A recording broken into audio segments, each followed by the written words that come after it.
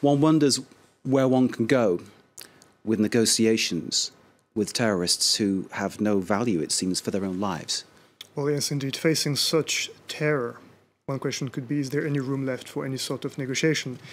And here the spontaneous answer, of course, is no. There is some sort of, moral refusal to engage in any sort of talk with Daesh, Al-Qaeda, or even Boko Haram in Nigeria, given the repulsiveness of the acts perpetrated not only last week here in Paris, but on a daily basis in the Middle East. Indeed, some of the images that we see and we don't show because of common decency show exactly the kind of atrocities that get committed on a daily basis in Syria by supporters of the Islamic State group.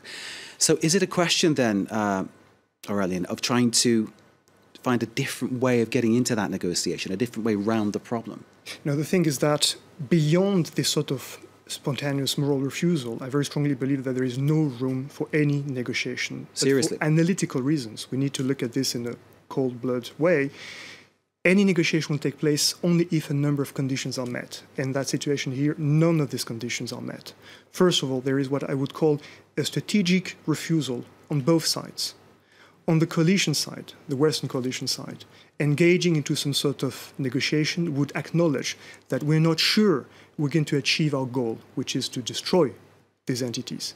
And similarly, on the other side, why would Daesh engage into any sort of negotiation? Through unilateral means, they're achieving their goals, which is to control an area in the Middle East and to generate fear. They don't see the point of engaging into any sort of negotiation. The US, Russia, France talking about perhaps coming together, creating a broader coalition against the enemy identified by Manuel Valls today as radical Islam. What effect can that have, given what you've just said? They will not engage into any sort of negotiation because precisely at the moment the goal is to try and destroy those entities. You're going to engage into a negotiation only if you realize that there's no way you're going to achieve your goal through unilateral manners. And at the moment, the point is, no, we're going to engage and by unilateral means try and destroy those entities. And even though the point is, for any negotiation to take place, there must be some sort of zone of possible agreements. And there's no zone of possible agreements, a sort of a zone where all the constraints of all the parties could have some sort of compromise. It doesn't exist. Because on the side of Daesh or Al-Qaeda, there is a suicidal refusal to negotiate. They're not engaging into those acts in order to prompt negotiation. What happened in Saint Denis this morning was not a negotiation. They're determined to go unto the very end, including self-destruction. And on the other side, on the Western side, there is a value-based refusal. We consider that a number of things are non-negotiable. Freedom of the press is non-negotiable.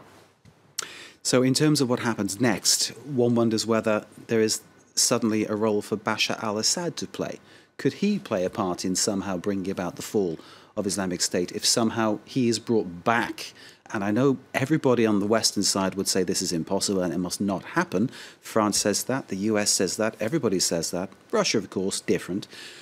But are we in a position now where maybe there has to be a reassessment of the role of Assad?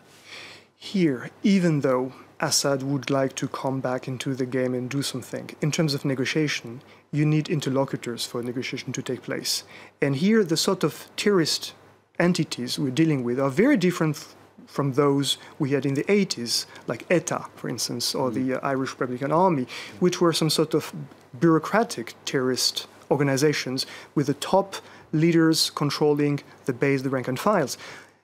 For Boko Haram, that's not the case. We have some sort of loosely networks of groups with changing loyalties, and even though some of part of Al-Qaeda or Daesh would like to engage into some sort of talk, I'm sure that other parts of this sort of series of groups would refuse those negotiations and will still continue this sort of suicidal strategy, which leaves no room whatsoever for proper negotiation. Aurélien Coulson of the ESSEC Business School, we will leave it there. Thank you very much indeed for joining us.